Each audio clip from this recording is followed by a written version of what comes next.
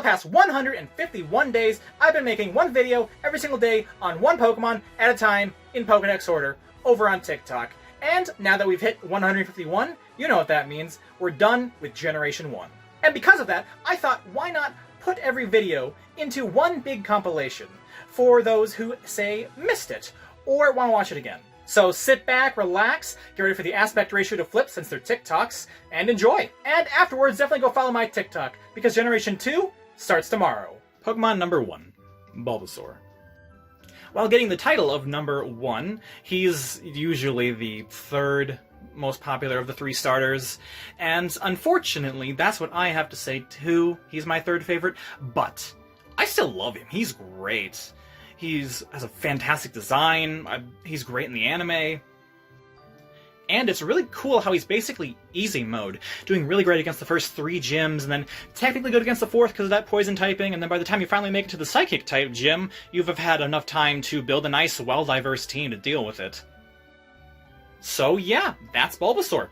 Even though on paper, he's my third favorite of the original starters, I still really like him. He's great. Pokemon number 2. Ivysaur. Ivysaur is basically the poster child to the idea of a Pokemon evolution being itself but bigger, you know?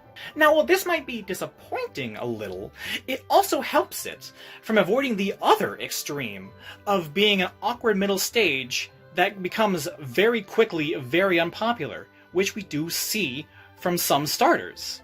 Now, with Ivysaur himself, I like him just fine. You know, I already like Bulbasaur, and he's just bigger Bulbasaur, so I think he looks great. You know, not awkward, perfectly passable middle stage that you'll be with for a good long chunk of your journey. Pokemon number 3, Venusaur. I like Venusaur. He's great. It's just Bulbasaur but bigger again, but you know, I like that the whole flower blooming thing goes on throughout his design process, and if you watch his official run animation, he hops like a frog, and in hindsight, sure, oh, he looks like a frog, yeah, of course, but the first time I saw this, I was floored, like, he hops? Now, Venusaur used to not be very good in the earlier games, to the point of where I would box him sometimes for a different grass type or poison type, but nowadays he's great. I love having him on my team. Chlorophyll to double his speed in the sun, blast off a really fast, really powerful solar beam, Sludge Bomb. His Mega was really cool when he had that, getting rid of his fire and ice type weaknesses, and that's Venusaur. I really like him. He's cool and fun to use in battle. Pokemon number 4, Charmander. So, I'm gonna be basic, and Charmander's my favorite of the 3 starters. Sorry, but he just is. You know, I love his design. He's super cute, he has the fire coming out of the tail, and I know that's like a trope now, but like, when I think fire coming out of the tail, I think Charmander. Not to mention, he was fantastic in the anime with a great introduction episode. And, you know, fire just is one of my favorite types, you know, it's fire, it's cool, that's just how it goes. And that's Charmander. Feel free to call me basic all you want, I know, but I can't help it, I just really like Charmander, he's my favorite of the 3. Pokemon number 5, Charmeleon. I really like Charmeleon. He pulls off a transition really well from the cute Charmander to the really cool Charmeleon. Though I will say it's kind of odd how he has a different color scheme from the other 2 in his line, but that's not really a criticism, that's just an observation. Now, in my opinion, Charmeleon avoids the awkward middle stage trope, and that really works in its favor, because it'll be with you for a good chunk of your journey, and because it actually looks good, you won't be dying to immediately want to evolve it as soon as possible, so you can actually stick with it a bit longer and bond with it. And yeah, that's Charmeleon, a fantastic middle stage that pulls off the transition well. Pokemon number 6, Charizard. Well, here we are. We've made it to the big boy himself, Charizard. Now, surprise, surprise, I really like Charizard, you know? Like, I've always liked him since I was a child. He's just, you know, a really cool dragon, though not really a dragon, lizard, fire guy with really neat wings, great in the anime with his whole character arc. And yeah, sure, it's annoying that he gets so much attention with all these new forms, but like, I'm sorry, but all of his new forms just look so cool as well, so it's like, I'm not upset. I don't know, maybe in 3 generations, when they've given him 5 more forms, I'll be like, okay, you guys can slow down now, I'm getting tired of him. I also really enjoy using him in battle. He works well with Sun teams, since he has access to Solar Beam to cover his weaknesses. It's great. So yeah, that's Charizard. You either know him and you love him, or you know him and you hate him. That's just how it goes with popular Pokemon sometimes. Pokemon number 7. Squirtle. I love Squirtle. He's an adorable little water turtle. What's not to like? Not to mention him being great in the anime with the whole Squirtle squad and all that. His official running animation's so cute. When he wiggles his tail, that's adorable as well. He's just so super cute. And then, once again, from the anime, really cool in the anime as well. Like, he's just all around really great. And another point for his coolness factor comes from how he moves around while tucked in his shell, propulsing himself around with water. It's just, he's a great Mon. So yeah, that's Squirtle, a Mon that surprisingly has a lot going for it when you think about it. Pokemon number 8. Wartortle. I got a question for you. Is Wartortle considered the first awkward middle stage Mon? Because I don't think so. I think he looks great. Just like Charmeleon, Wartortle has a different color scheme than the other two in his line. But along with that, he also has some really cool ears and fancy tail, and I really like those parts of his design. But other than that, he's basically just Squirtle but bigger, but I already really like Squirtle, so that's great. And then add in the fancy ears and tail, and it makes for a solid design. So yeah, that's Wartortle. I don't know what the public perception is of him, but I really like him. He's neat. Pokemon number 9. Blastoise. I love the idea behind Blastoise's design of having cannons come out of his big old turtle shell. Blastoise is the perfect example of escalation upon evolving, because you had Squirtle in his little shell spewing out water to move around, and then you got Blastoise in his big shell with big cannons shooting out the water to spin him around and move him around at high speeds. He's just fantastic. He's really cool. And correct me if I'm wrong, but I'm pretty sure there was a time in the anime where you saw someone flying across the sky, riding on top of Blastoise, and Blastoise, flying through the sky by shooting water out of its cannons. So yeah, that's Blastoise. A fantastic idea, executed phenomenally. Pokemon number 10. Caterpie. Caterpie is insane. They made a cute bug. I don't really like bugs in real life, but Caterpie, so adorable. In the games, in the anime, heck, in fan-made games like Pixelmon, everywhere. He's just so cute. You got his little round feet that are just super cute. And then you have his shiny, which is just a really nice gold color. So yeah, that's Caterpie, a bug that guarantees that it'll be adorable in any medium you find it in. Pokemon number 11. Metapod. So, how about that anime episode with the Metapod battle? That's about it, honestly. There isn't too much to say, it's just a cocoon. It looks nice. It's just the only thing the only thing to really say about it, other than it looking fine, is the standout classic anime episode of it. So yeah, that's Metapod. I don't really need a recap because there's only one thing I said about it. Have a good day. Pokemon number 12. Butterfree. A Pokemon single-handedly responsible for making many, many children cry back in the day. But it's not just about children crying as well, because Butterfree's cry itself in the anime is adorable. As for the design itself, I think it looks great. It's a really well-designed, cute butterfly with the fantastic concept of introducing evolution to players by evolving really early on and then being relatively helpful in the early game. So yeah, that's Butterfree, a great design that teaches you a core mechanic of the game and stars in one of the most memorable anime episodes ever. So, bye-bye Butterfree. Pokemon number 13. Weedle. Weedle is unfortunately the lesser of the two bugs because, he's outshined by Caterpie and Butterfree having prominent anime notoriety. Not to mention in the games itself, he poisons you in the forest, and it's his early game, so poison's really annoying to deal with. He's just in an unfortunate position.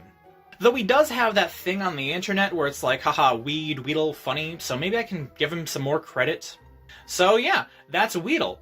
At first glance, the lesser of the two bugs, but maybe, thanks to the internet, he's able to stand on more equal footing with Caterpie. Pokemon number 14. Kakuna. Kakuna has a really dope tie. I really like that part of his design. It's kind of funny. It's just a funny little tie that this Cocoon guy has.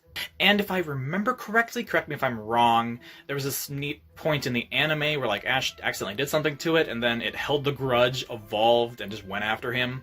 I might be misremembering, but I swear that happened. And yeah, that's Kakuna. I don't really have too much to say, it's just a cocoon with a neat tie, and that's about it. Pokemon number 15. Beedrill. I'd say Beedrill is like the first Pokemon to really have a big discrepancy between his appearances. Because like in the anime, he's always shown as terrifying, and in real life you'd think, yeah, giant bee, the sting would really hurt.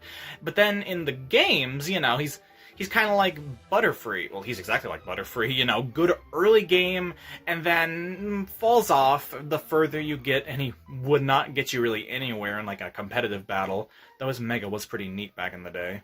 Though I do gotta compliment his spear hands thing going on, that's pretty neat, and I guess adds to the terrifying idea, at least, behind him.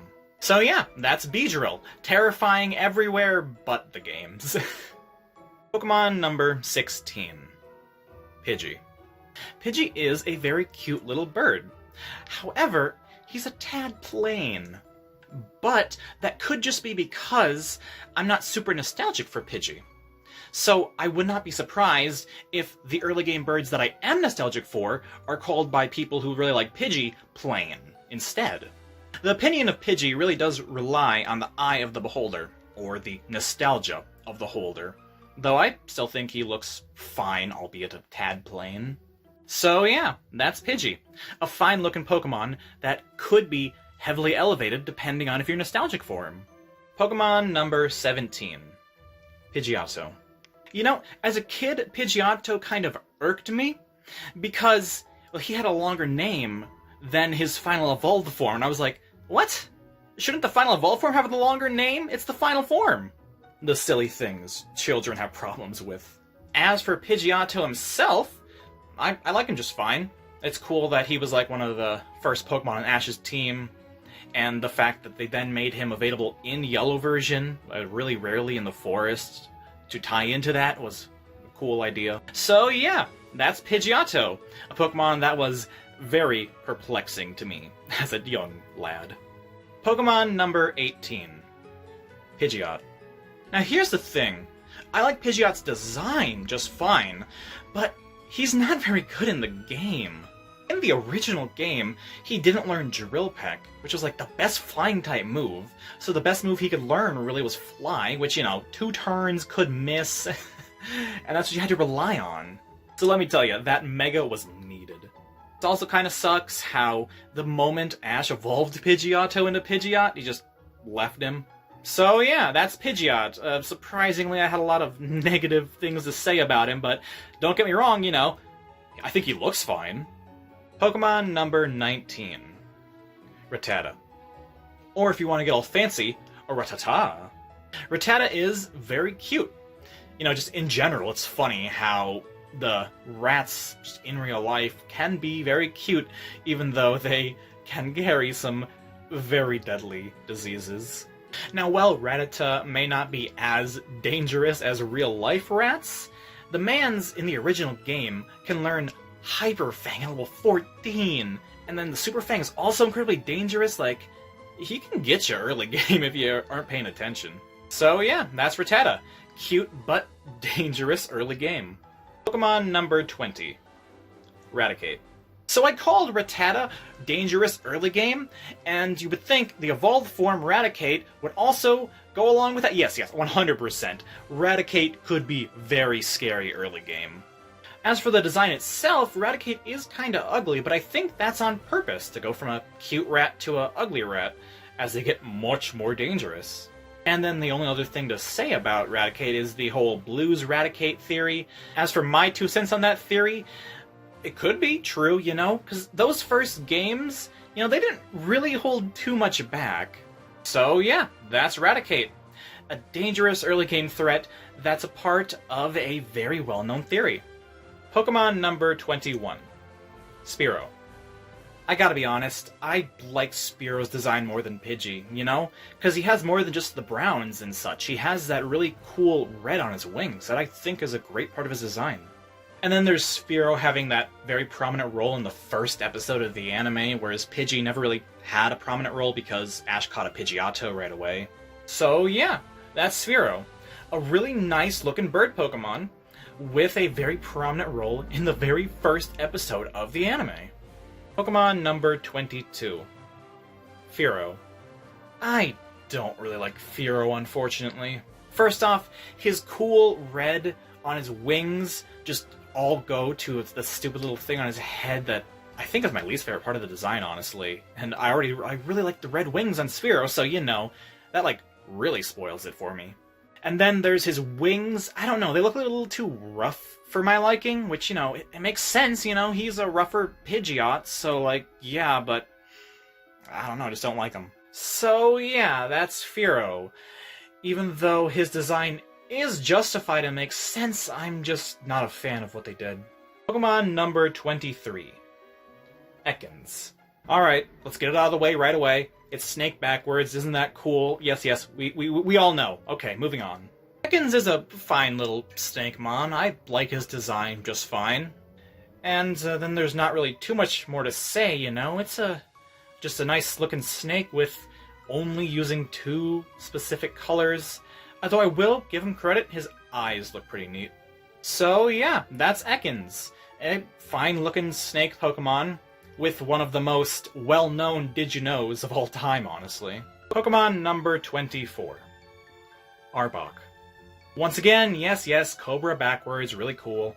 Arbok has a great design, super intimidating, a nice shade of purple, and the fact that he's real big, so add to the intimidation factor.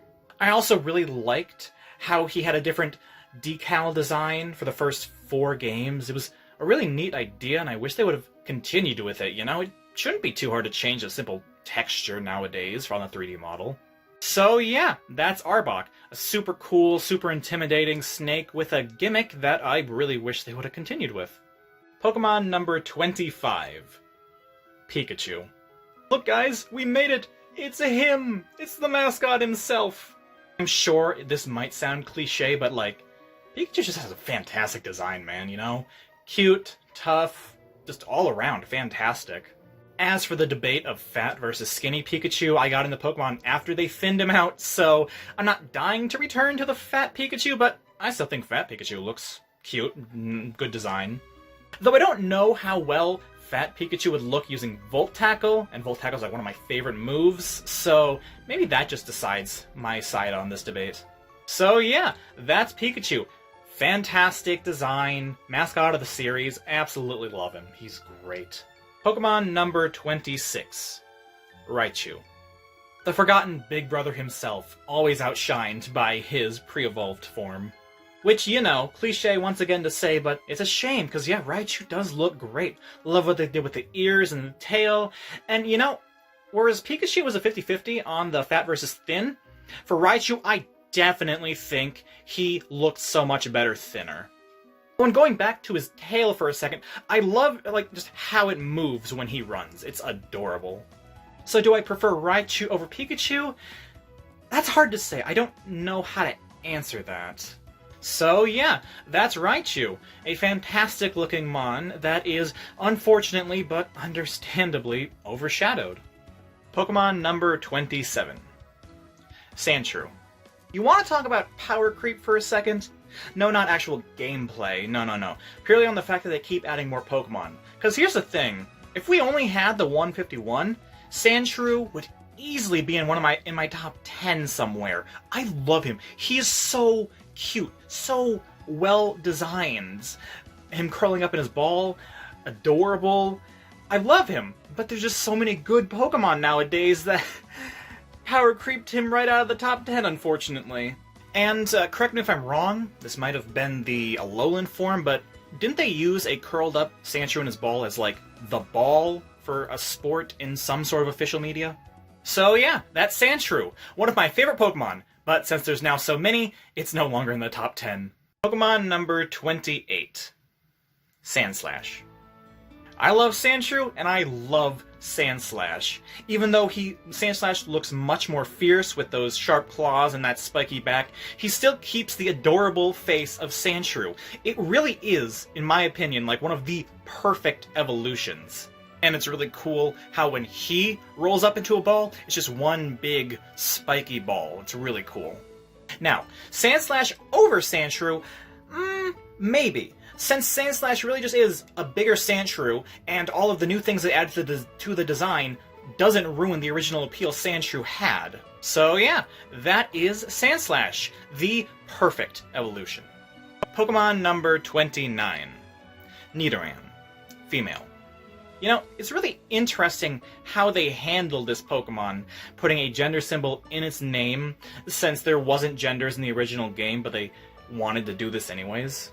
And it's also funny, dare I say progressive for the time, that the Nidorans have the different colors than what's usually associated with boy and girl, with Nidoran female being blue instead of purple. And of course purple's close to pink, so, you know. As for Nidoran's design itself, yeah, it's cute. Don't got too much else to say about it. So yeah, that's Nidoran, female. A Pokemon that would definitely be handled differently if it was made today. Pokemon number 30. Nidorina. Nidorina is the first Pokemon to introduce the concept of stone evolutions. Do you keep it as it is so it can learn moves, or do you use a Moonstone and evolve it right away?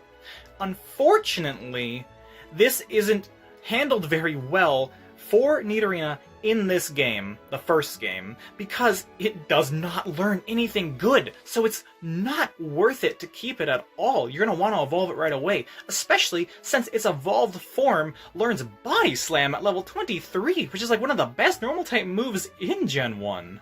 So yeah, that's Nidorina. A solid design with a great concept on paper, but executed poorly in the first games. Luckily, it's handled better in future titles. Pokemon number 31. Nidoqueen. Is it surprising or cliché for a guy to say they prefer Nidoking over Nidoqueen? Because yeah, I prefer Nidoking.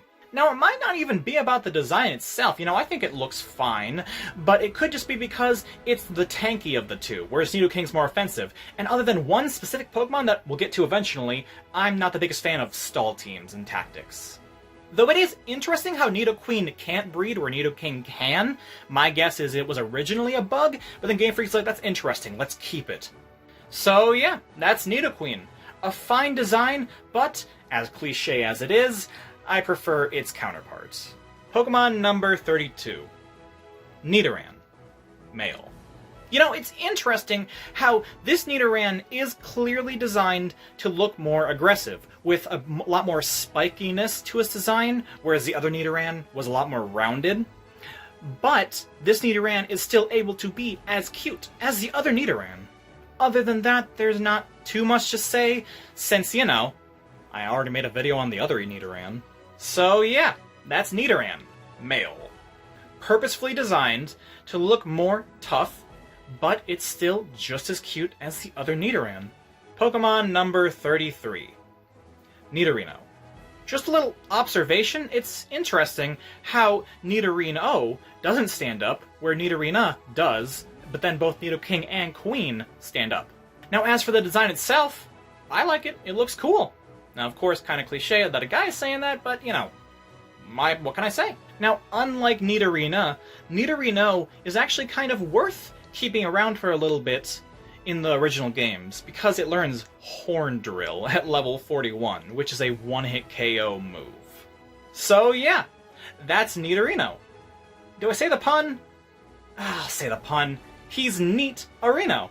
I'm sorry, please don't leave. Pokemon number 34. Nidoking. I love Nidoking. He is absolutely my favorite in the, I guess, whole 6 group of Mons in this whole family. You know, what can I say? He's big and tough. It's really cool how he's like the speedrun Mon for Gen 1. In the recent games, he has all sorts of cool coverage moves to handle most situations. And then back in Gen 1, you know, just pop Earthquake on him and have fun. So yeah, that's Nidoking. Absolutely fierce. Love him so much. Pokemon number 35. Clefairy. You know, it's really cool how Clefairy back in the day was in the running to be the mascot. Now some of you just went, yeah, it was cool, and then some of you just went, wait, what? Yes, Clefairy was legitimately in the running to be mascot, but of course, we all know who won. Though I don't want to discount Clefairy, you know, it's cute, just not as fierce as Pikachu can be, but that's fine, because it just has a nice design in general. And you know, if it wasn't for a certain other Mon in the anime, Clefairy could have gone down as the Metronome Mon. Dang, Clefairy lost twice. So yeah, that's Clefairy. Cute, good design, and a surprisingly important part of Pokemon history. Pokemon number 36. Clefable. You know, I used to not really care for Clefable. You know, it was just another Mon that I just passed on by. And then I hear about its ability Magic Guard, and I'm like, ooh, that looks fun. Magic Guard is a neat ability where any non-damaging move is ignored completely. It's neat. And then it got the Fairy type in Gen 6. You know, I probably won't be using a Clefable on a Gen 1 playthrough, but in future gens, I might just be picking up a Clefable and using it on my team for a replaythrough. So yeah, that's Clefable, a Mon that has only gotten better as time has progressed. Pokemon number 37. Vulpix. Vulpix is so cute. I absolutely love it. Its cry in the anime is adorable, its cry in the games is adorable, how it's portrayed in the anime and games, also adorable. Honestly, it's like a cheat code at this point. If you design a fox, I absolutely love it, because, spoiler alert for every single other fox Pokemon, I love them all. And then you got the fact that fire is one of my favorite typings, so, man, Vulpix just has everything going for it. So yeah, that's Vulpix, the first of many fox Pokemon, and I love all of them. Pokemon number 38. Ninetales. Whereas Vulpix was the cutest thing ever, Ninetales is majestic, regal, or a less fancy word, well-designed. So whatever word is used to describe its design, I can just say that I love Ninetales. It's fantastic. Does it suck that it's not a part Psychic type when it really should be? Yes, but I still enjoy using a Ninetales on my team. They are great to use. Nice and fast, hits decently well, has some nice coverage in later gens, and there's a ton of neat lore about it. Very cool. So yeah, that's Ninetales. Foxes just are my favorite. What else can I say? Pokemon number 39. Jigglypuff. Jigglypuff is an absolute classic when it comes to Pokemon, because of, you know, its very prominent anime appearances. Other than that, there's surprisingly not too much to say about this Pokemon. Because, you know, I don't play it in Smash, I don't really use it in the games, it's not very good in the early games.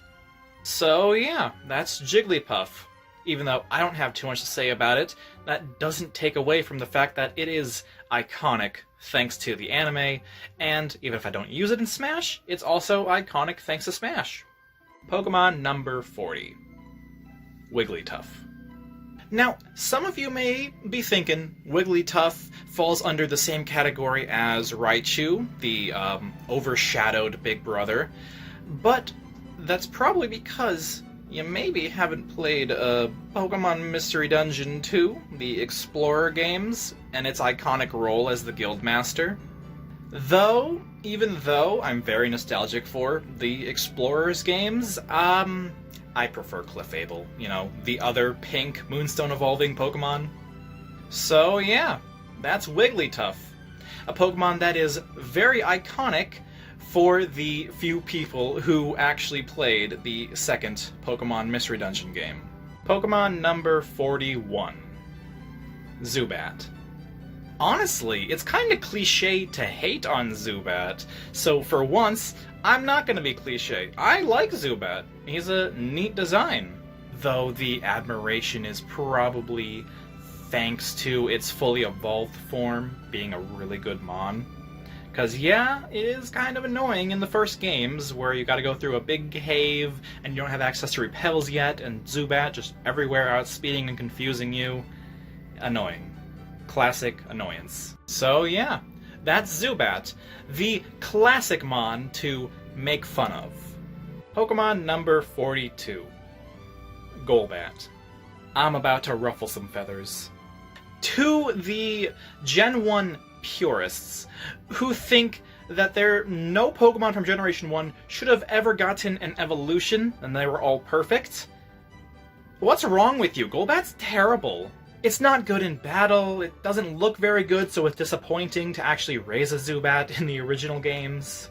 And there's this image from the anime where Golbat has his mouth closed. Ugh, cursed. So yeah, that's Golbat. A originally very disappointing conclusion to the Zubat line, which was later, luckily and thankfully, fixed. Pokemon number 43. Oddish. Oddish is a very cute design. How it kind of looks like a flower pot. The way it runs is adorable. Though other than that, there's not too much else to say about Oddish, other than that one meme comic that ends with a pun surrounding Oddish. If you know, you know. So yeah, that's Oddish. A simple, cute little flower pot looking Grassmon. Pokemon number 44. Gloom. That drool, man. It gets me every time. I'm just not a big fan of it. And the Pokedex goes on and on about it being a nectar with a certain smell, and I get what they were going for. I really do, but I'm just not the biggest fan of it. Though as much as I would rather not, it is worth keeping around in the original games for a little bit, since it learns Petal Dance at level 38. Also, when we get to Generation 2, it gets the Branch Evolution, and that is always cool in my opinion. So yeah, that's Gloom. Understandable design, but I'm not a fan of the design, though it is worth keeping around for a bit. Pokemon number 45. Vileplume. Does Vileplume's face look like the face of Mercy to you? No, I didn't think so. Why the metal opening? Well, correct me if I'm wrong, but I'm pretty sure in the past, in the anime, they treated Vileplume with the same scared intensity as Beedrill, like the gang found themselves upon a group of Vileplume, they were like, we need to be careful or we're screwed. And it kind of makes sense, considering what it's based off of. You know, it's one of those flowers that, like, eats bugs by, like, disintegrating them after tricking them into going into it, or however that goes. And in the games, it's fine, you know? Maybe chlorophyll does enough, or maybe it doesn't. But yeah, that's Vileplume, the cute, scary flower, as it goes. Pokemon number 46. Paris. Paris is an absolutely classic design, thanks to the incredibly unique and interesting idea of the whole fungus taking it over like mind control.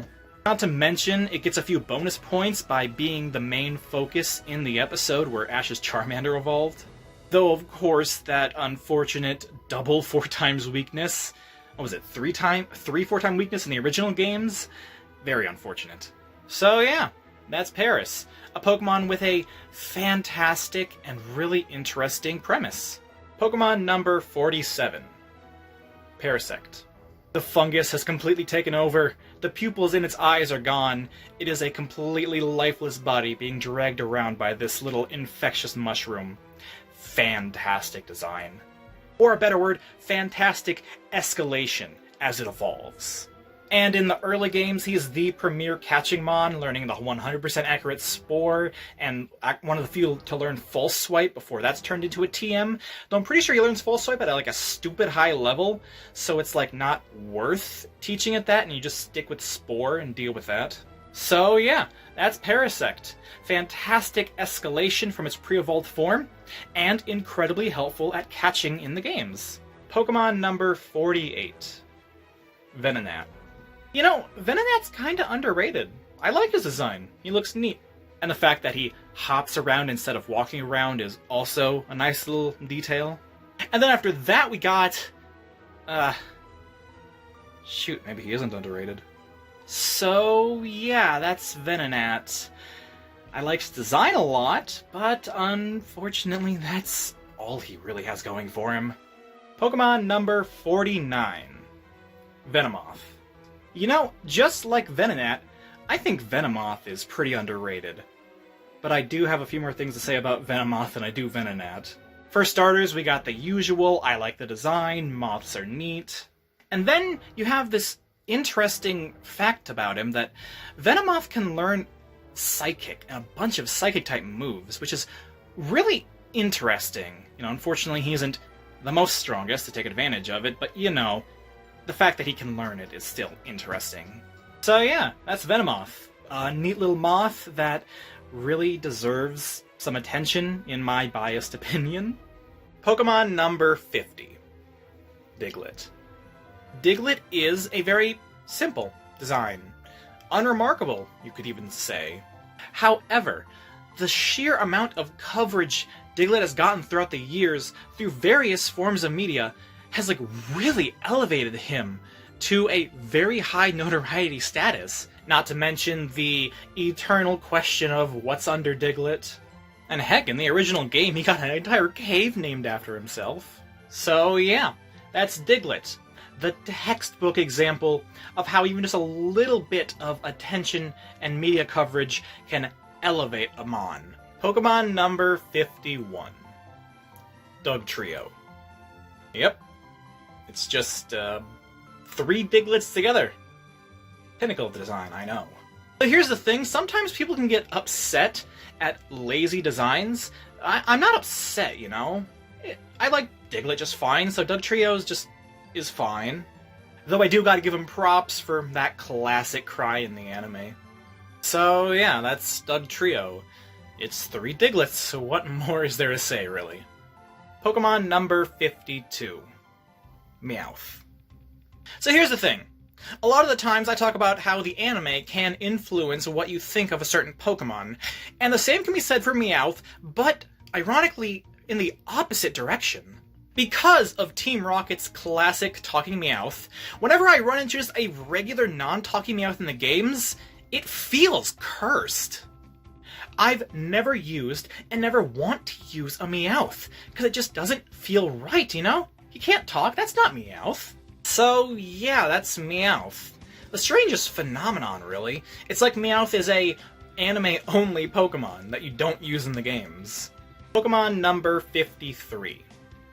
Persian. Persian is a fine Catmon, I've never used one, so I wouldn't know. See the Meowth video for why. Though there is that trade in Let's Go Pikachu where you directly get a Persian, so maybe I'll take advantage of that. Though moving on to usage, in Gen 1, Persian is great because crits are tied to speed, and then all normal type moves are physical, so crit, Hyper Beam, physical, and Hyper Beam doesn't recharge if you knock out the opponent. Persian's pretty deadly in the early games. So yeah, that's Persian. Pretty good, but I wouldn't know. Yet. Pokemon number 54. Psyduck. Now, I'm about to be crucified, honestly, but here's the thing. A lot of people would die for Psyduck. While I like Psyduck just fine, I wouldn't die for him, He's fine. Of course, he's great in the anime. He has that classic roadblock in Gen 4. I like Psyduck just fine. He's great. But I guess to put it charitably, I'm just not his biggest fan. So yeah, that's Psyduck. I'm about to be hunted down for not saying he's my favorite, am I? Pokemon number 55. Golduck. Alright everyone, say it with me now. Why isn't Golduck a Psychic type? Yes, I 100% agree. But let's move on. Golduck is fine, though definitely under the category of outshadowed Big Brother. Here's a nice little fun fact for you. In the original games, Golduck only learns one Water-type move at level 59, that being a Hydro Pump. So if you want to use him as your Water-type, you gotta pump all the TMs into him. So yeah, that's Golduck. One of the biggest proponents of why isn't he this type. Pokemon number 56. Mankey. Mankey is fine. I don't have too much attachment to him personally, but he does have a few notable things. Number one, it's interesting how he was added to an earlier route in Yellow, since your starter was Pikachu and the first gym leader was Brock. And then number two, there's that classic Smosh bit where you're arguing back and forth with a Pokedex, Mankey, Monkey. So yeah, that's Mankey. Relatively unremarkable, though he was a part of that classic internet video. Pokemon number 57. Primeape. I'll be honest, I'm not the biggest fan of Primeape. I don't hate him. It's just, I'm relatively indifferent about him, you know? Not the biggest fan of his design, but I'm not repulsed by his design, you know? It's just, meh. Though, you know, the recent coverage Primeape has gotten has kind of started to turn me around on him a bit, you know? It all started with that Pokédex entry, where it's like he gets so angry he dies, and then much more recently he got a new evolution where that literally happens. So yeah, that's Primeape, a Pokemon that only recently I've started to turn around on. Pokemon number 58. Growlithe. Once again, you go and combine two of my favorite things, dogs and the fire type. Ooh, love Growlithe. He is fantastic, you know? Dogs are just great. And then you add on the really cool fact that, like, the Growlithe line is like the police dog line, and that's extra neat. Now here's the thing, in later gens, it's worth keeping him around for a while before you evolve him, but in Generation 1, it all entirely depends on, do you wait till level 50 to learn Flamethrower, or do you just evolve him and use your one Flamethrower TM? So yeah, that's Growlithe.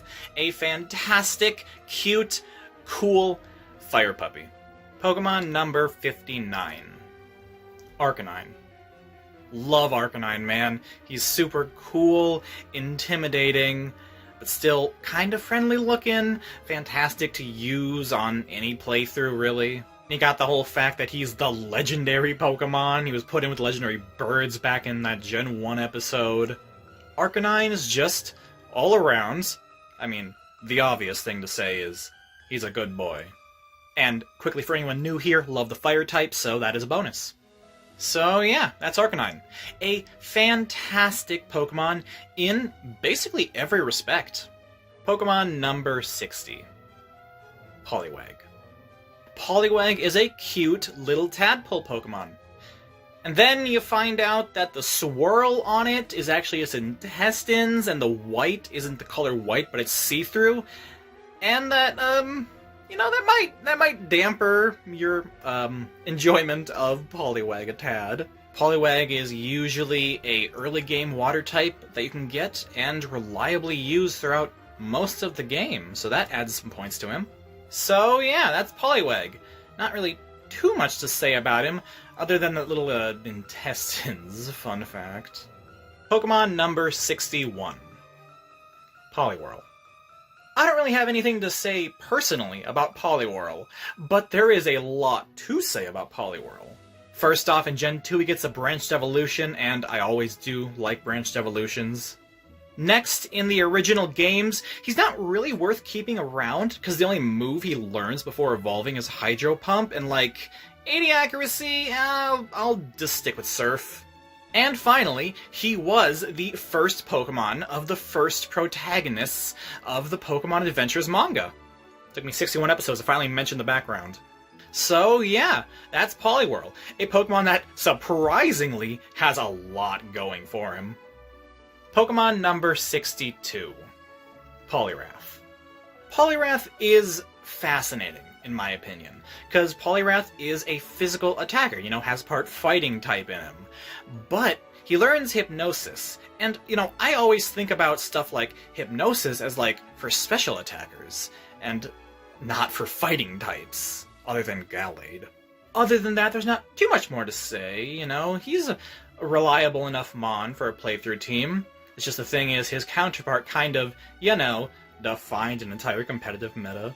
So yeah, that's Poliwrath, a Mon that has this one incredibly interesting thing going for him, in my opinion. Pokemon number 63. Abra. Abra is an absolute classic, because they were able to marry gameplay with story with Abra. You know, the Pokédex always talks about him teleporting around, teleporting out of danger, and then when you encounter him in-game, the only move he knows is teleport, so you gotta throw a ball right away before he teleports away, and then in later games where Pokemon are actually roaming around physically, Abra will teleport away from you, and that is so cool. Not to mention just how strong Psychic types are in Gen 1, so you want to get an Abra. So yeah, that's Abra, a Pokemon whose character was executed to perfection. Pokemon number 64. Kadabra. Alright, let's get the obvious joke out of the way. Wow, look at that! He evolved and got a spoon! Well, there isn't too much to say about him gameplay-wise. You know, he's just a fine middle stage. There's a lot to say about outside factors. You got Kadabra being one of the main victims of the Pokemon Satanic Panic, where they use the star on his head and the little swirlies on his stomach as satanic symbols. And then you got Uri Geller suing Nintendo over Kadabra specifically. There's a lot to say about this middle stage that isn't about gameplay. So yeah, that's Kadabra. Very storied middle stage, I gotta say. Pokemon number 65. Alakazam. We'll start with the obvious bits, the whole haha he got a second spoon when he evolved joke, and then the fact that the entire line is just Abracadabra Alakazam. And then you move over to gameplay, and he's fantastic as a strong, special attacker glass cannon, but then in Gen 1, he's like near broken just because of how strong psychic types are. And then, personally, I really like his design. He's really cool. He's a fantastic conclusion to the fantastic all-around Abra line. So yeah, that's Alakazam. A Pokemon that is 100% worth going through the trouble of catching an Abra and then going through the trouble of finding somebody to trade. He is fantastic. Pokemon number 66. Machop. Machop could honestly kind of be considered the physical counterpart to the special attacking Abra. You know, they're right next to each other in Pokedex, 3 stages, final stage evolves via trade. And if we look at it in that context, I prefer Abra. Honestly, you know, Machop's fine. I like him just fine. But, you know, Though I will say it is kind of interesting how Machop has a tail. Just a little observation, since he loses it when he evolves. Also, I gotta give a shout out to that one sprite in Gen 4 where Machop's in the mine, carrying around a rock. It's just a neat little sprite. So yeah, that's Machop. A fine mon, but I prefer his unofficial counterpart. Pokemon number 67. Machoke. Machoke, if I remember correctly, is the first of many Pokemon to make you go and ask the question, wait, where'd you get that when he evolves? Because, like, that belt that came out of nowhere, is it clothing? Is it flesh? What is it? And where'd you get it from? And of course, you gotta shout out Machoke for being the Pokemon used by moving companies in the Pokemon world. And general construction, but that part's kind of obvious. So yeah, that's Machoke. The first of a small but notable few mons to make us go a tad existential for a moment. Pokemon number 68. Machamp. The man's grew an extra pair of arms, yet his attack stat didn't double. For balancing reasons, I know. And then you got the Pokedex entry talking about how he can punch 1,000 times per second.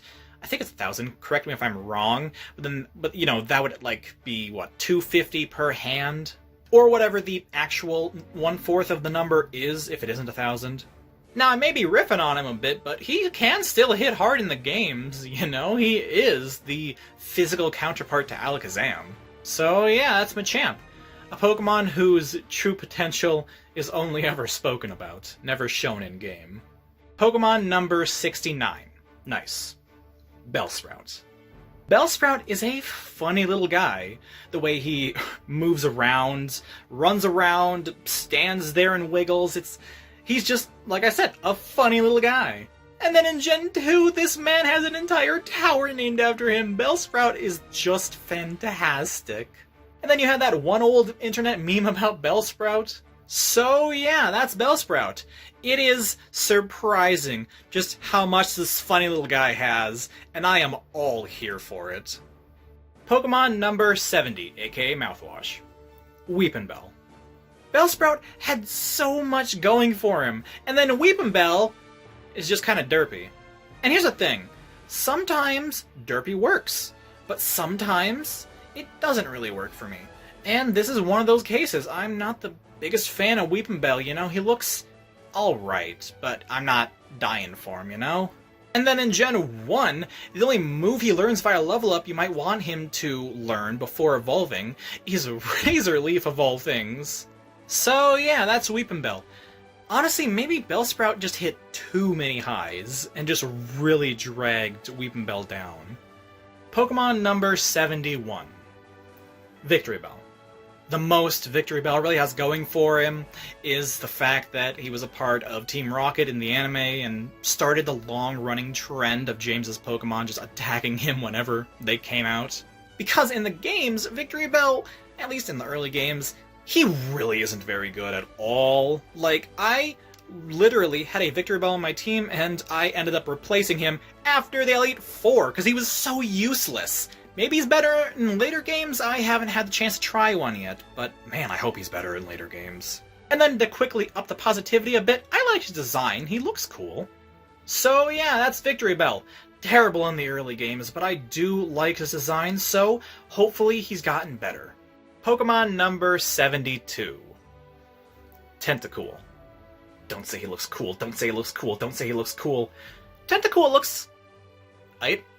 I like those red gems, whatever they are, all over him. They are a neat part of the design. Now, Tentacool is kind of considered the Zubat of the sea, because, you know, in basically every body of water you find one. Though ironically, at least in Generation 1, Tentacool evolves into something far more useful than Zubat does. So yeah, that's Tentacool. A cool, neat looking Mon. Pokemon number 73. Tentacruel.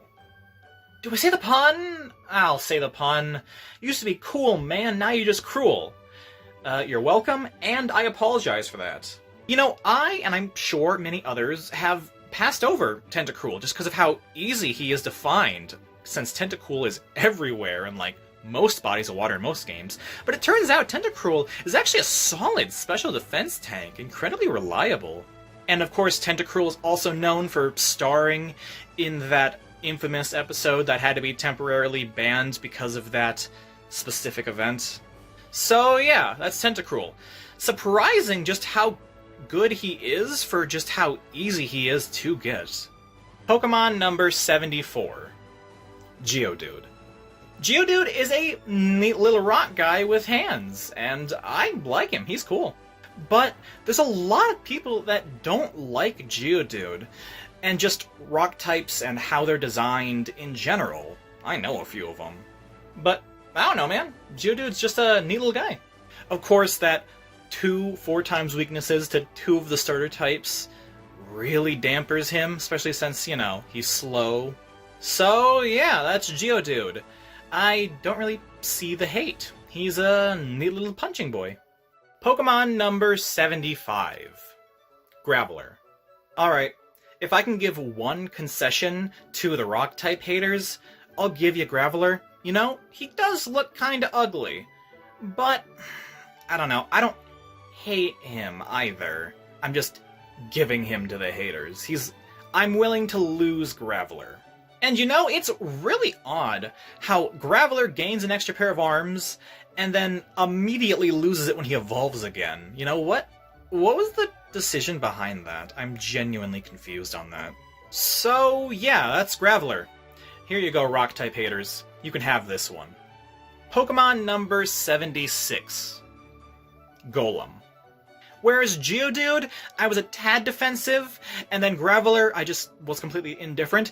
I will not give up Golem to the rock-type haters. Golem looks great, man. I don't know, you know?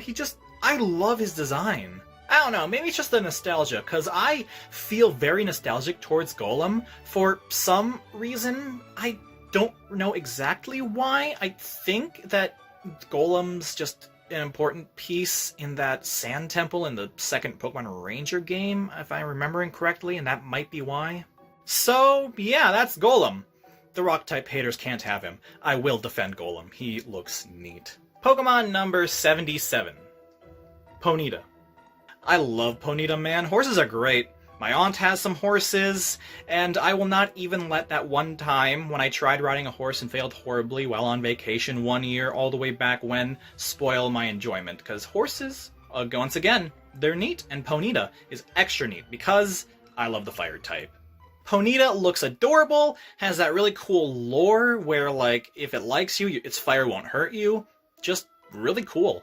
Though, I gotta be fair, evolving at level 40, and then physical attacking fire types just are not the best until much later in the series. So yeah, that's Ponyta, a fantastic looking fire horse. Pokemon number 78, Rapidash. I got to be fair and balanced. Starting things off, Rapidash just is a bigger Ponyta, and then added a horn. However, now with that out of the way, Rapidash is fantastic. I love it. It is a fantastic evolution to Ponyta, replacing the cute pony to the majestic horse. And once again, fire type, very cool. Fire not burning you if it likes you, very cool. And it is fun to use in later games once it actually gets some good moves. So yeah, that's Rapidash. Bigger Ponyta, but still just as great. Pokemon number 79, Slowpoke.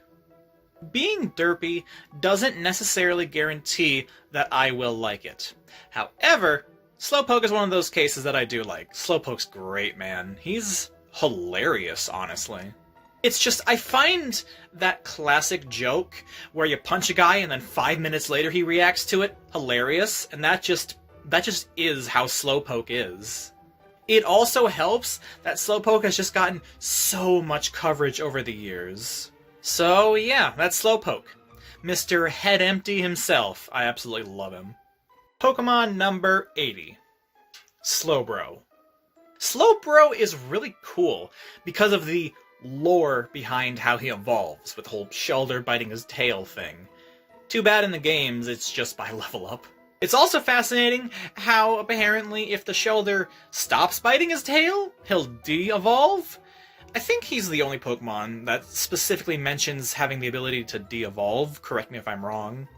And of course, just in general, Slowbro continues the Slowpoke head emptiness. So yeah, that's Slowbro. Even though he evolves differently in the lore compared to the actual gameplay, I won't let that bother me. I still like him just fine. Pokemon number 81, Magnemite. Magnemite is a fantastically designed Pokemon. I love what they did with him. Such a unique take on a simple magnet.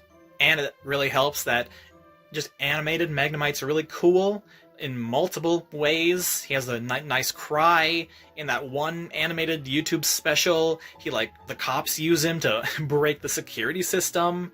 He's just a solid, neat little guy. So yeah, that's Magnemite. It's kind of odd just how much I like this little magnet dude. It might just be because of his final evolution, though, because I do really like his final evolution, that we will get to one day. Pokemon number 82, Magneton. Yep. It's just 3 Magnemites together. Huh. My younger generation brain is definitely showing, because that was the final form for years. The only reason I'm not upset about this is because he eventually got a far better final form. And to any Gen 1 purist, yes, Magnemite needed a better final form than this. Though I do gotta give him credit for how you get him in the original Pokemon Snap. That was a neat little detail. So yeah, that's Magneton. He's fine, but only in retrospect, knowing that he does evolve again. Pokemon number 83, Farfetch'd. Yet another Pokemon that destroys Gen 1 purists. Very happy about that evolution Farfetch'd eventually got. He needed it. Farfetch'd is something that I've personally dubbed a trophy Pokemon. In the original games, you only get him via one trade. In some later games, he's only available on one route really rarely, and the only reason you really go get him is for dex completion. So, he's a trophy that you worked hard to find, and that's it, until I got that evolution. So yeah, that's Farfetch'd. I guess another word for him could be dex filler, but since I came up with the word trophy Pokemon, I'm gonna stick with that. Pokemon number 84, Doduo. Doduo is a relatively simple design, but for some reason I really like him. I don't know why. Maybe it's because he's rideable in the Pokemon Ranger games, and I'm nostalgic for those. Maybe it's because he's very prominently featured on the first book of the Yellow arc for the manga. Maybe it's because you can fly on him, even though he doesn't have wings, and it's like just, he looks funny flying. So yeah, that's Doduo. Surprisingly likable, I guess you could say. Pokemon number 85. Dodrio. I already really liked Doduo, and then now with Dodrio, he gets an extra head, and he gets a lot more detail just everywhere around him. So I like him even more. It's not a question of likability with Doduo, because Dodrio just has all those extra details, makes it feel just a lot less plain and bland.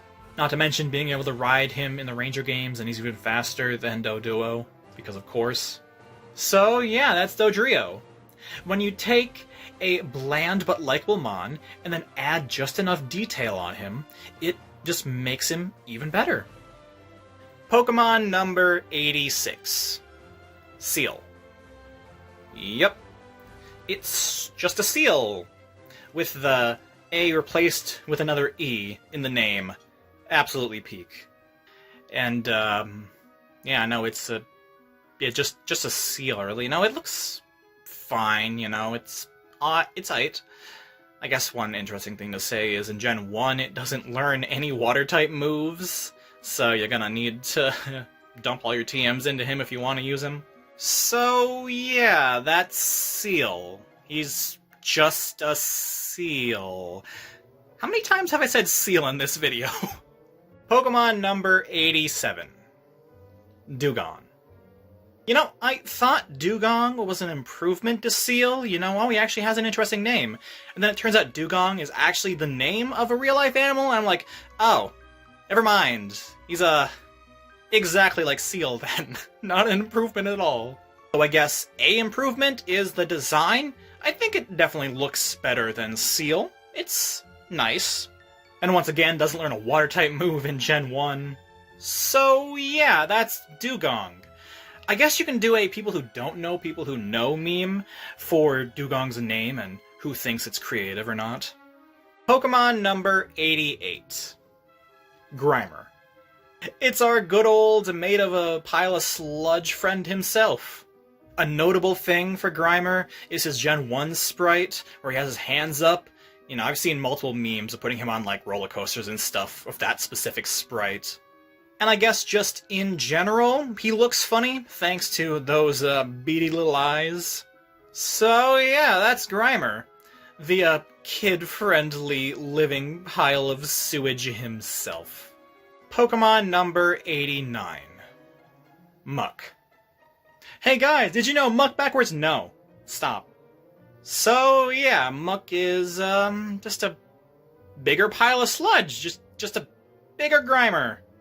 But of course, people look a lot more fondly on Muck thanks to, once again, the anime, since Ash caught one, and it always had that running joke of just smothering Professor Oak.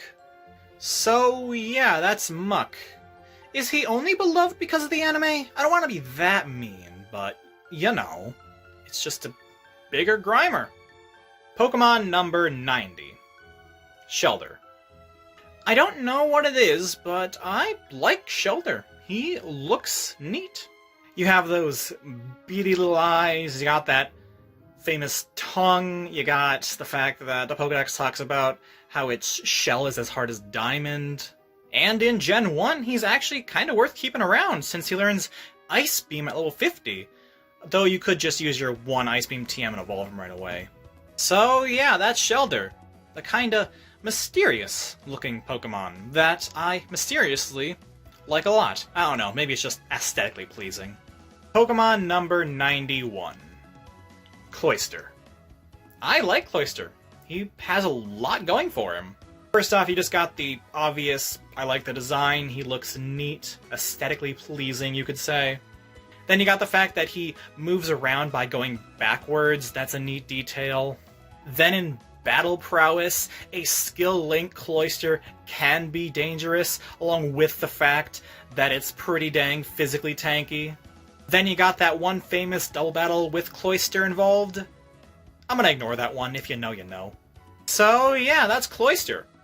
A mon that has a lot more going for it than just that one famous, infamous double battle. Pokemon number 92. Ghastly.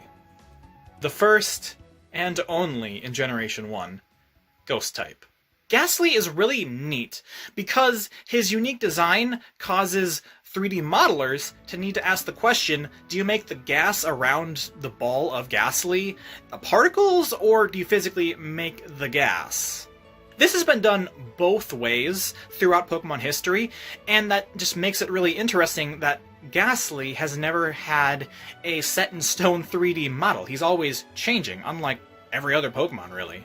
So yeah, that's Ghastly, a Pokemon whose design uniquely has multiple different ways it could be portrayed. Pokemon number 93. Haunter. Immediately, I gotta give it up to Haunter for being one of the rideable Pokemon in Let's Go. I never expected that. I like Haunter, he looks cool, especially with those detached hands. It's also interesting how the generic Lavender Tower ghosts look like Haunter, even though most of them end up being Ghastly. Like in Generation 1, you got the floaty hands. In the Generation 3 remake, you don't got the hands, but you have the general shape of Haunter. And then in the Let's Go games, it combines both, really, and it really looks like Haunter. So yeah, that's Haunter. A relatively simple design, all things considered, but I still think he looks neat. Pokemon number 94. Gengar. Gengar is a fan favorite, so it's definitely going to be sounding cliche when I say this, but I like Gengar. He's a fantastically designed mon.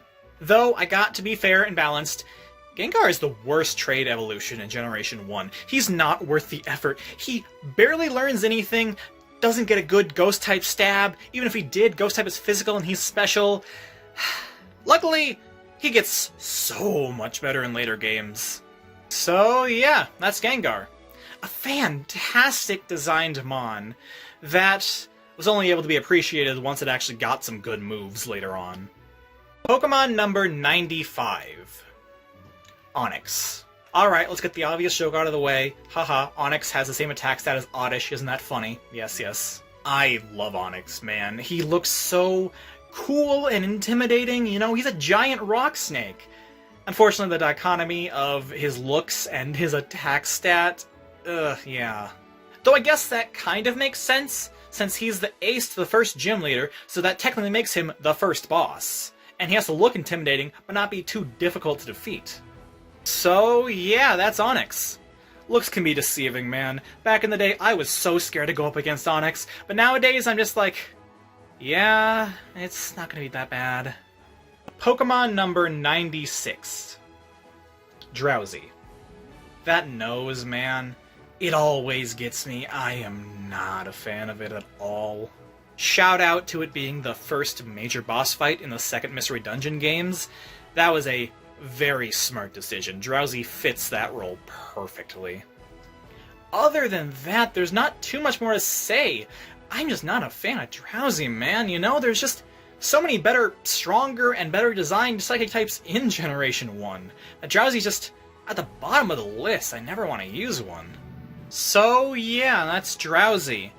I don't even need his lore to feel uncomfortable about him. I just don't like his nose. Pokemon number 97. Hypno. The canonical child napper himself. Yes, canonical. If you haven't played Fire Red Leaf Green, there is a real side event where you save a child who was abducted by a Hypno. It's real. You know, 'cause he's a psychic type, with a little hypnotizing device that he'll hypnotize and then kidnap you. Yeah. Luckily, his nose looks a lot less disturbing and a lot more funny than Drowsy's did. So yeah, that's Hypno. I mean, it'd be one thing if it was just like fan theories like, oh, he's a child napper, but no, he's canonically a child napper. Pokemon number 98. Krabby. He's a crab, named Krabby. But then he's spiced up by his cry in the anime. You know the one. And other than that, We learned he walks sideways when we got the 3D model of him, just like real crabs.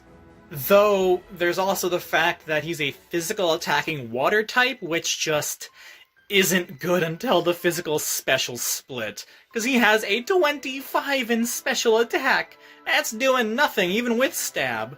So yeah, that's Krabby. Is he really that creative a design? Maybe not really, but that cry just saves him tenfold. Pokemon number 99. Kingler. Yeah, it's just a Krabby but bigger, with an extra bigger claw. At least the name's better than Krabby's.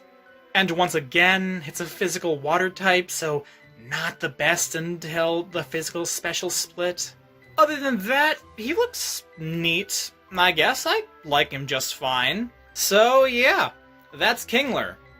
The Pokemon with the big meaty claws, as the kids say. As the kids say, I grew up watching SpongeBob. Pokemon number 100. Voltorb. Alright, we gotta be honest with ourselves here. It's just a Pokeball with angry eyes. But it is supposed to be Pokemon's take on the RPG classic Mimic. Though come on. We all know the real reason that we don't hate Voltorb is thanks to his many comedic appearances in the anime where a character thinks it gets a Pokeball, they get a Voltorb, it blows up in their face. It's always funny. So yeah, that's Voltorb. Would we let this slide today? Or would we let this have slid if he didn't make a ton of prominent anime appearances? Pokemon number 101. Electrode. It's just a bigger, upside-down Pokeball. That's it. That's all they did. Do you have anything to say, Gen 1 purists? Anything at all?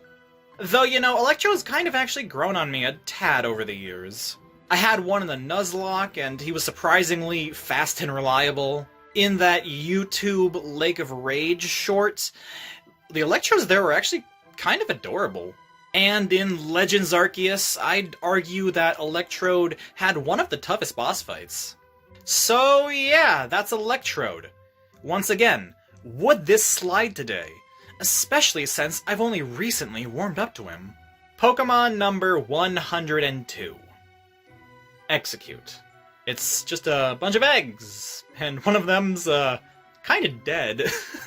The one time, I don't remember where, but I swear that I heard someone call them seeds, or something like that. You know, they're grass type. I guess that could make sense. I just don't remember where and who I heard that from. I guess one positive thing to shout out about it is its running animation, where all the eggs bounce asynchronous of each other. It's kind of funny looking. And then you got that Gen 1 sprite, where the one egg is far bigger than the rest. So yeah, that's Execute. Just a bunch of eggs. Though, don't take my word for it, there's literally a Pokédex entry that has the line, they may just look like a bunch of eggs. So, even Game Freak acknowledges that they're just a bunch of eggs. Pokemon number 103. Executor. We once again find ourselves with a Pokemon that I was met on for the longest time, and then he got a ton of media coverage, and now I kind of like him. The overexposure effect sure is effective. So nowadays, I just see him as a funny-looking Mon instead of a whatever-looking Mon. And then you got all that interesting lore, how the Executor you're seeing right now isn't the true form of Executor. We all know what the true form looks like, though. So yeah, that's Executor. A Pokemon who only got popular far after he was first introduced. Pokemon number 104. Cubone. Yeah. Cubone, man. Wearing the skull of his dead mother. Super sad, cries all the time. Ah, man. An absolute classic tragic mon. Can we put Cubone next to Butterfree for Pokemon that made children cry? Maybe, thanks to the new cutscenes in Let's Go. So yeah, that's Cubone.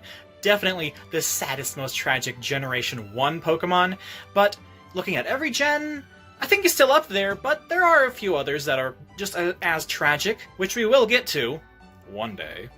Pokemon number 105. Marowak. So, Cubone, wearing the skull of his dead mother, when he evolves into Marowak, the skull fuses with him, right? I'm not misinterpreting how he looks. Anyways, moving on, I like Marowak. He's a neat-looking mon. Though I gotta be honest, you know, I prefer the other pure ground-type 2-stage mon, Sandslash. And shout out to one of his abilities, Rockhead, just a personal favorite ability of mine. I love that it gets rid of recoil. So yeah, that's Marowak. Surprisingly disturbing when you think about him for a second, even when knowing the story of his pre-evolved form. Pokemon number 106. Hitmonlee. I like Hitmonlee. He looks cool. I love the whole fact that he kicks and then he has the whole springy legs, so it makes his kicks extra dangerous and able to reach you from far distances. It's just a cool idea for a design, executed well. And other than that, there's actually not too much more to say about him, you know? The design is simple, but it's also effective. So yeah, that's Hitmonlee. Mr. Kick you from 10 feet away, and yet it still hurts as if he was right next to you. Pokemon number 107. Hitmonchan. So, the man's is wearing a skirt. Don't know why, though I don't know anything about boxing, so... Hitmonchan looks fine. I like him a little less than Hitmonlee, but I still like him just fine, you know? Though, Hitmonchan, not very good in the earlier games, because he gets access to the elemental punches. Great coverage, but they're all special, so until the physical special split in Gen 4 happened, Hitmonchan just didn't have any good coverage. So yeah, that's Hitmonchan. Another mon that needed the physical special split before it could unleash its true potential. Pokemon number 108. Lickitung. Lickitung falls under the category of a Pokemon that you either really enjoy or really despise. You know, a simple case of, do you like the joke or not? For me, I always thought Lickitung was a funny little guy, though I will give the haters points for his real-life depiction of Detective Pikachu. He looks very disturbing in that, and that is an official, you know, rendition of Lickitung. So yeah, that's Lickitung. I just find him a funny little guy, but thoughts? Pokemon number 109. Coughing.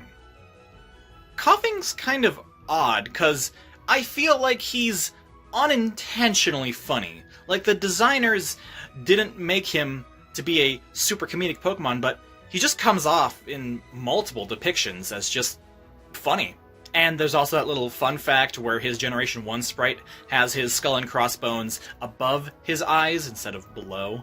So yeah, that's Coughing. Am I the only one that thinks he's unintentionally funny?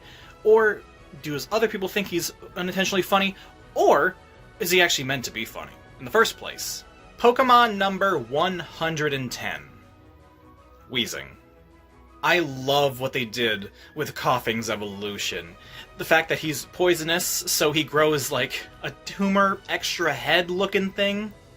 Fantastic idea. And of course, in Generation 1, it's known for blowing up on Koga's team. Which, if you think about it, could be considered a mercy, because it definitely looks like it's suffering. So yeah, that's Wheezing. A fantastic idea for a poison type. Pokemon number 111. Rhyhorn. Rhyhorn is a neat rock rhinoceros-looking dude. I like his design. And of course, he's one of the poster children, I'd say, for the Safari Zone back in Generation 1. Though here's the thing, Rhyhorn's kind of been heavily disadvantaged by Game Freak. The man doesn't evolve till level 42, he doesn't learn a natural ground-type move till Gen 2, a natural rock-type move till Gen 3. Game Freak, what are you doing? He has 2 4-times weaknesses, it's fine. So yeah, that's Rhyhorn. Unnecessarily nerfed since day 1. But he's not the worst when it comes to that specific subject. Pokemon number 112. Rhydon. Alright, get the D's nuts jokes out of the way. I got a show to do. Hurry up now. Rhydon is fantastic. I love his design. And of course, he bears the title of one of the first designed Pokemon ever, back before they even had the name Pokemon. Though, here's the thing, my younger generation perspective is about to upset a lot of people, but I do not see Rhydon as a perfect, complete Pokemon. You know, ever since I got into Pokemon, he already had an evolution, so I've never seen Rhydon as a complete Mon. He is a middle stage. I'm sorry. So yeah, that's Rhydon. Along with the D's nuts jokes, get ready for all the kids these days comments. I'm sure they will follow after my statements on Rhydon's status as completed or not. Pokemon number 113. Chansey. The Pokemon Center helper itself. And it carries around an egg for some reason and then, you know, breaks it to get some sustenance with soft boil. Chansey is a fine design, nothing mind-blowing, but you know, it's nice to look at, which is good since, you know, ever since Game Freak started putting it in post-game areas to let you grind up Pokemon in the last few generations, I've been seeing a lot of Chansey. Also, there's the pain of trying to get a lucky egg from Chansey in Gen 2. Every other generation there's an easier way to get one, but Generation 2 in particular, oof. So yeah, that's Chansey, the classic, helpful medic Pokemon. Pokemon number 114. Tangela. I'm just gonna start by saying it needed that evolution. Tangela was such a meh Pokemon until it got an evolution. But now that it actually got an evolution, I'm able to appreciate it more. And yeah, no, it's a neat-looking Mon, very mysterious. What's under those vines?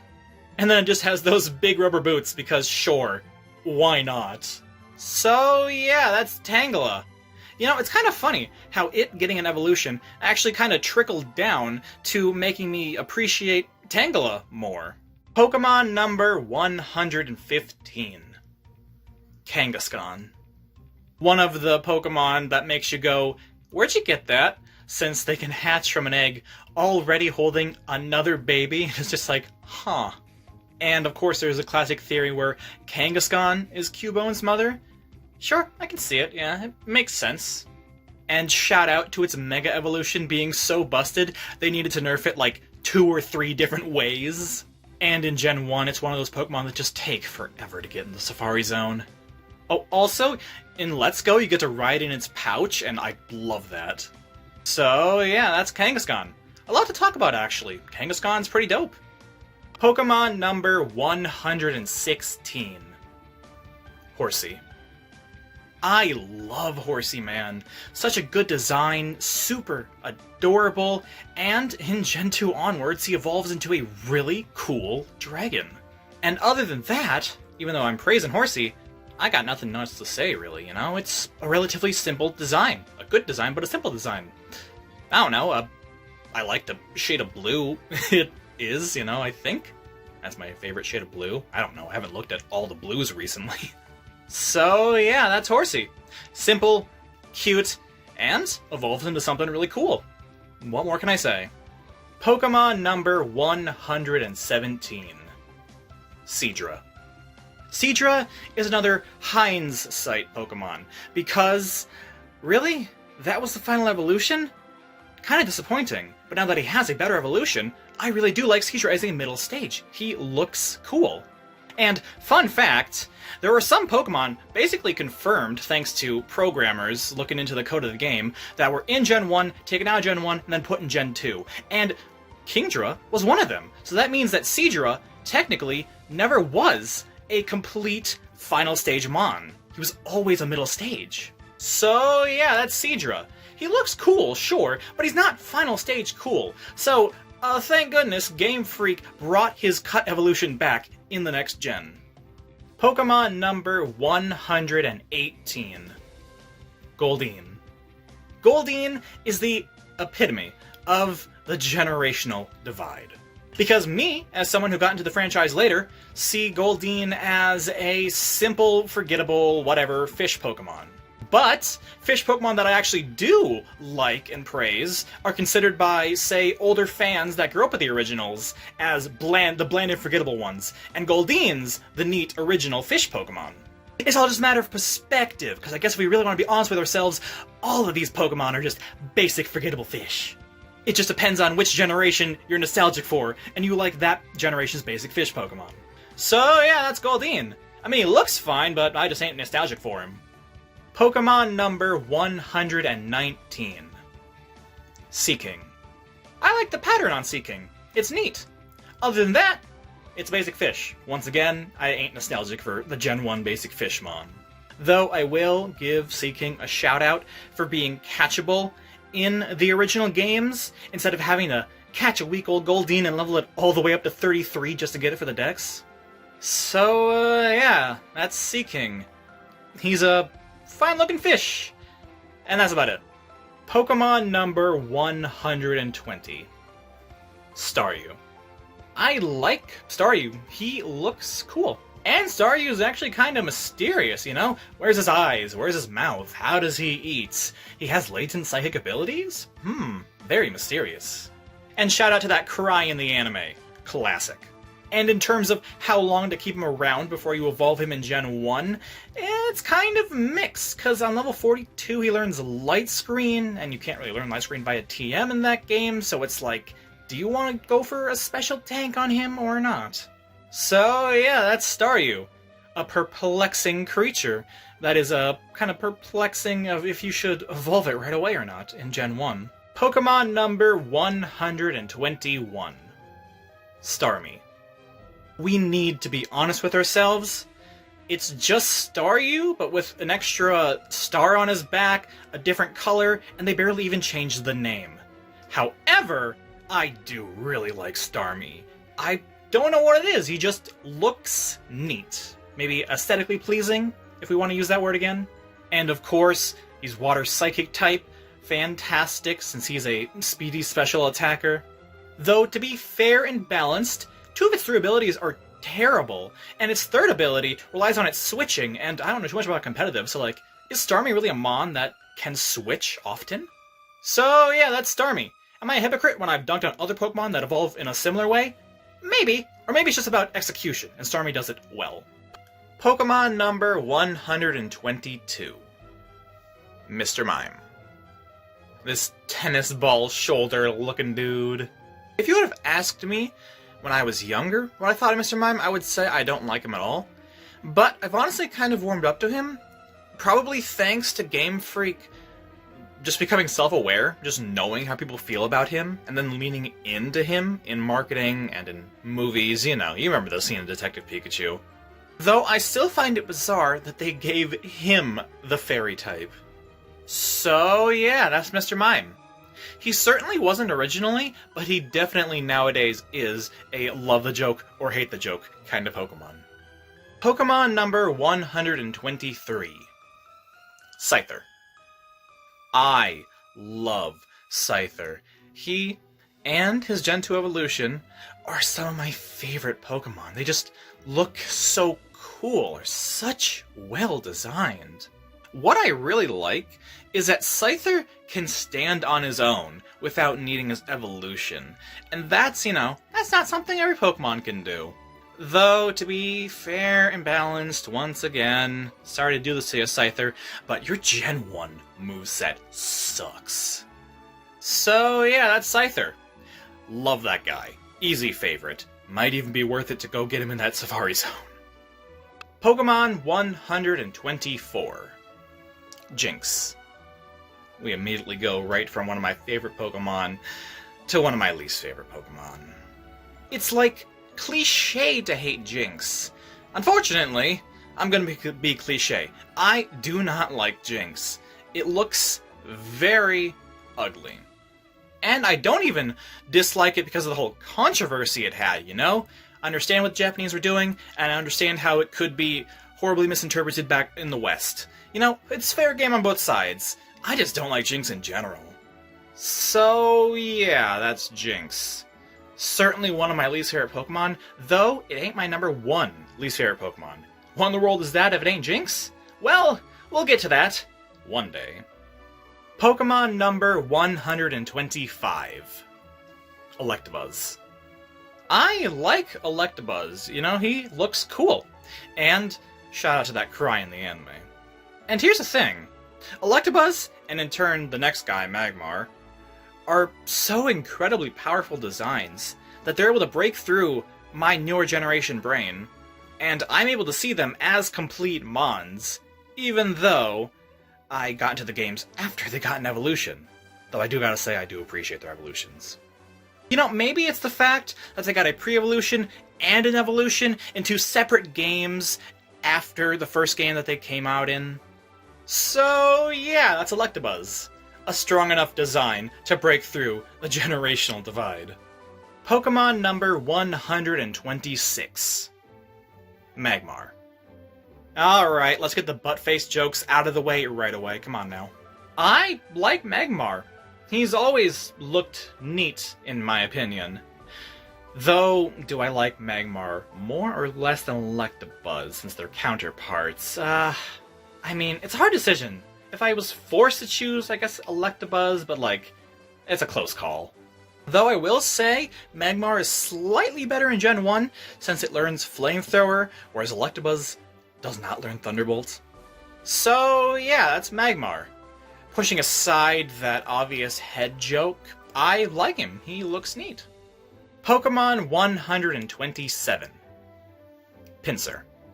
The counterpart to Scyther. And since Scyther's literally one of my favorite Pokemon, I'm pretty meh on Pinsir, honestly. You know, the design's fine, but like, the Mega definitely helped though. Though, just like Scyther, it has a terrible learn set in Gen 1. Though I will say it does have some good abilities. So yeah, that's Pinsir. I mean, it's not his fault, man. I just love Scyther so much that of course Pinsir would fall by the wayside and be meh in my eyes. Pokemon number 128. Tauros. Tauros is a very simple bull design, but then just add 2 extra tails. But I like him. I honestly don't know what it is. He looks maybe aesthetically pleasing is the word we want to use. And of course, shout out to Ash for catching like 50 of them in the Safari Zone, even though, ironically, there's only like a 4% chance to find one. Also, very strangely, its Heart Gold Soul Silver Overworld sprite is super cute. So yeah, that's Tauros. Yet another Mon that just looks nice, and that's all it needs for me to like it just fine. Pokemon number 129. Magikarp. I love Magikarp, man. Just everything about him is handled to perfection.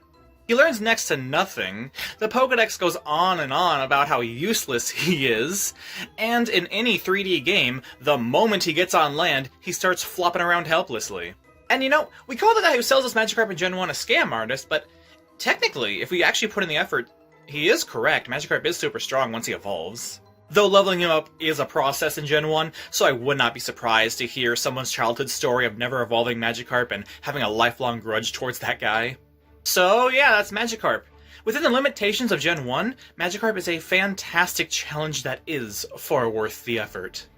Pokemon number 130. Gyarados.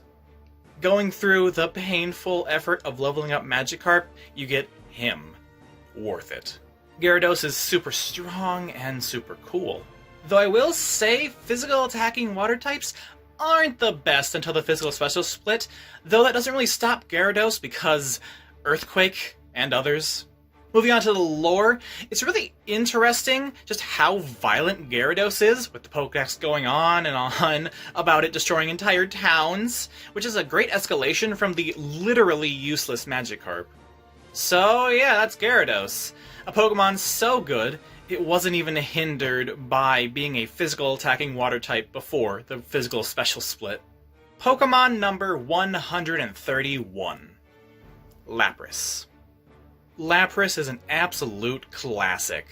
A fantastic design, a reliable and strong Mon, with those ice and water types complementing each other really well. And it's also reliable lore-wise, with it being the Pokemon that you can ride across the sea.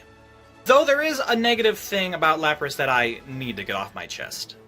In later games you can find Lapras in the wilds, really rarely. And then when you finally find one, the man's knows Perish Song, which makes everyone on the battle faint after 3 turns. I'm sure you can imagine the outcome. So yeah, that's Lapras. Reliable in the lore and in the games. Pokemon number 132. Ditto. Ditto's face is the reason Pokemon is such a profitable franchise.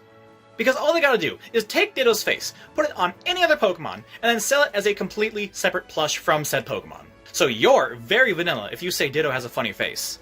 Unfortunately, I'm very vanilla. I love Ditto's face, it's great. Also, Ditto's extremely useful when it comes to Pokemon breeding, being able to get with any Pokemon to get its egg. And I will say, it's interesting at just how integral Ditto is to breeding, even though he was made before breeding was a thing. So yeah, that's Ditto. Very important for a core mechanic, and has a classic money-making face. Pokemon number 133. Eevee. I forgot who said it, but Eevee is the perfect Pokemon, because it's not definitively one thing. Sure, it looks mostly like a fox, but it also has some distinct qualities of dogs and cats, and maybe another animal that I don't know about. And even though I don't remember the sayer of the quote, the reason I remember it is because I 100% agree with it. Eevee used to be my favorite Pokemon, though nowadays it still is at number 2. Eevee is perfect because it can be cute in any medium you drop him in. 2D sprite, 3D model, heck, the old blocky model in the Pokemon Minecraft mod is the cutest thing ever. So yeah, that's Eevee. Peak perfection. I love it so much. But what in the world dethroned it if it ain't number 1? Well, we'll get to it one day. Pokemon number 134. Vaporeon. Man, that one paragraph has damaged Vaporeon beyond compare. Which is just the most unfortunate thing, because I genuinely like Vaporeon. It's a great evolution. It's reliable with great special attack and special defense, it has a neat tail, and it has this super cool ability to literally melt into the water. It's rarely used in media, but it is a thing it can do, and it looks really cool when it does. So yeah, it's Vaporeon. A fantastic Pokemon that has only recently been ruined by one simple paragraph. And if you've gone this entire video going, what paragraph? Ignorance is bliss. Continue living your life that way, please. Pokemon number 135. Jolteon. Jolteon is my least favorite evolution. However, I still love Jolteon. It's still top tier, you know? It's just bottom of the top tier. I guess if anything, it's its tail, or lack thereof. Because, in my opinion, animal's cuteness is heavily elevated by its tail.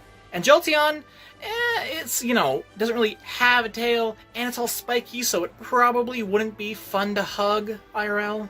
Though let's switch to positivity, Jolteon is a fantastic and reliable mon to use with high special attack and speed, and it has some interesting coverage in the bug pin missile and the fighting double kick.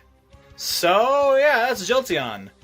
I definitely came off as negative in this video, so don't get me wrong. I love Jolteon, but it just isn't my favorite. Pokemon number 136. Flareon. Flareon used to be my least favorite evolution, since even with the physical special split, physical attacking fire types just aren't the best. But then I stopped and looked at Flareon for a second and realized, yeah, this thing is actually really cute and fluffy. And of course there's the fact that fire is one of my favorite types, so I'm just surprised at how long it took for me to realize just how good of a design Flareon was. Or maybe it is just a testament at just how bad physical attacking fire types are. So yeah, that's Flareon. The first evolution to make you go, why did you waste such a good design by giving it stats like that? And it certainly isn't the last. Pokemon number 137. Porygon. So apparently Porygon was made as a joke? 3D polygon models were all the rage back then, so Game Freak made Porygon, a 3D polygon model represented in a 2D sprite. Also, sorry to get political for a second, but Porygon did nothing wrong in that anime episode. Justice for Porygon. He was just the scapegoat. Moving on to design, I do really like Porygon. He has a nice color scheme. And just in general, I guess you could say, I like the joke. Though I will say, he is another one of those not very good trophy Pokemon that you need to get a lot of coins for. Good thing you got those evolutions. So yeah, that's Porygon. Born of a joke, now lives in infamy for a crime that he did not commit. Pokemon number 138. Ammonite. Hey guys, look! It's Lord Helix himself! You see those beady little eyes? Those are the eyes of someone who sees all. Y'all know what it is. Twitch plays Pokemon, big cultural event, lots of memes and lore cropping up from the events of the game. The chat just kept clicking on the Helix fossil over and over again, and then it became a religious icon. Then in the Gen 3 remakes, they specifically added a picture of Ammonite to the Devon Corporation's president's office. So yeah, that's Ammonite. Memed so far beyond oblivion that he became a deity. Pokemon number 139. Amistar. Look guys, I know praise Lord Helix and all that, but we need to wake up and be honest with ourselves here. Ammonite and Amistar have a terrible Gen 1 learn set and doesn't evolve until level 40.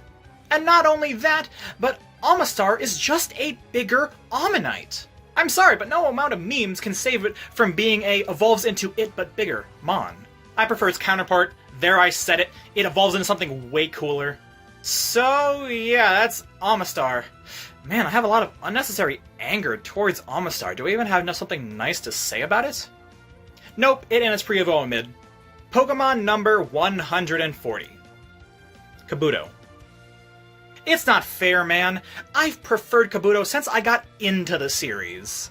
And then the stupid Helix fossil meme comes around, and now it's basically a cultural norm to always and only pick the Helix fossil. Kabuto deserves better, man. He looks so much cooler than Ammonite. Though, especially this time, I need to be fair and balanced. It shares the exact same problems as Ammonite, terrible moveset in Gen 1, doesn't evolve till level 40, oof. Though at the very least, when it evolves, it can learn Swords Dance, unlike Omastar. So yeah, that's Kabuto. Hashtag justice for Kabuto. The Helix fossil has treated it too unfairly for too long. Pokemon number 141. Kabutops. Come on! Come on! Kabutops looks so much cooler than Amistar! Especially because it's not just Kabuto but bigger. Yet it doesn't get so drastically different that you wonder how it evolved into this. And well, yes, its Gen 1 learn set sucks. It still gets access to Swords Dance, so you can at least somewhat work with it.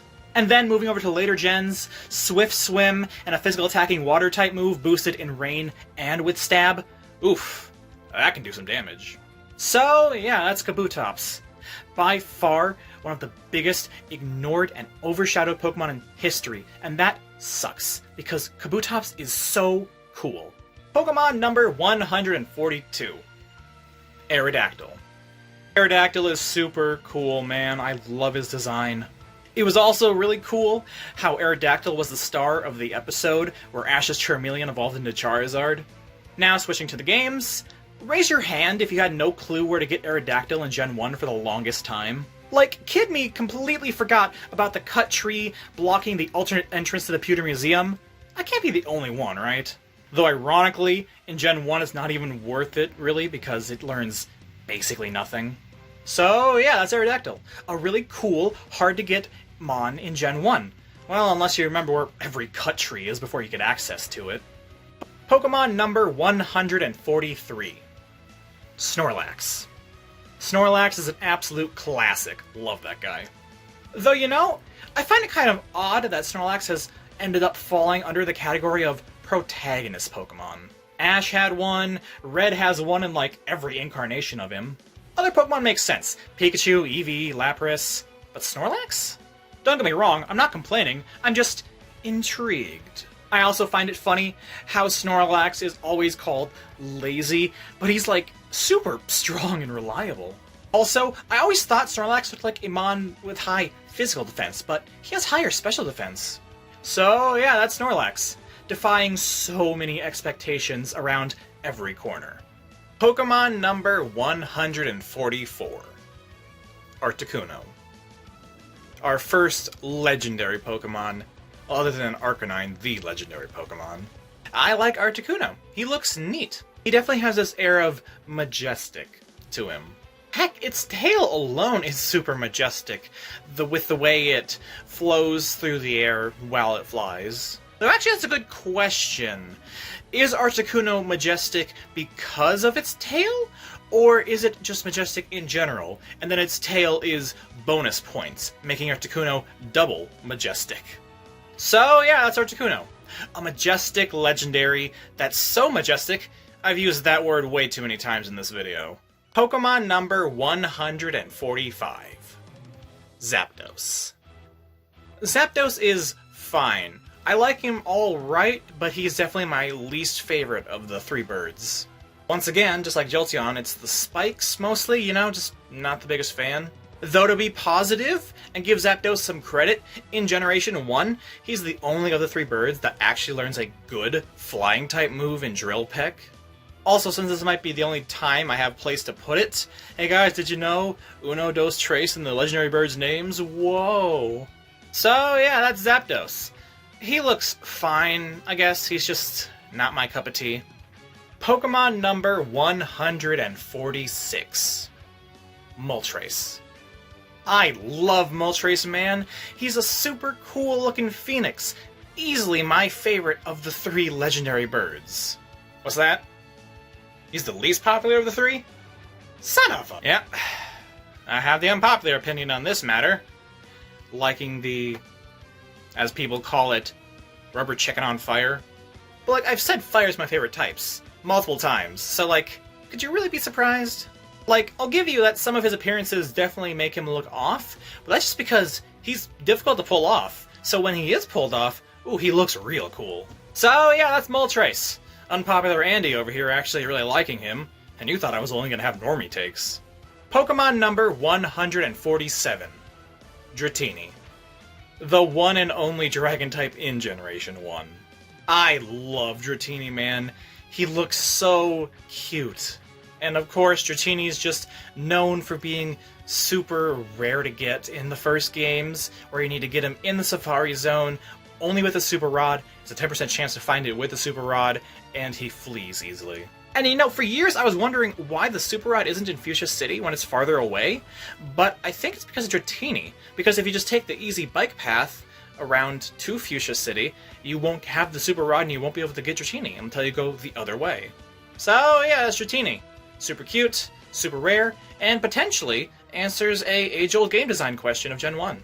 Pokemon number 148. Dragonair. I love Dragonair, man.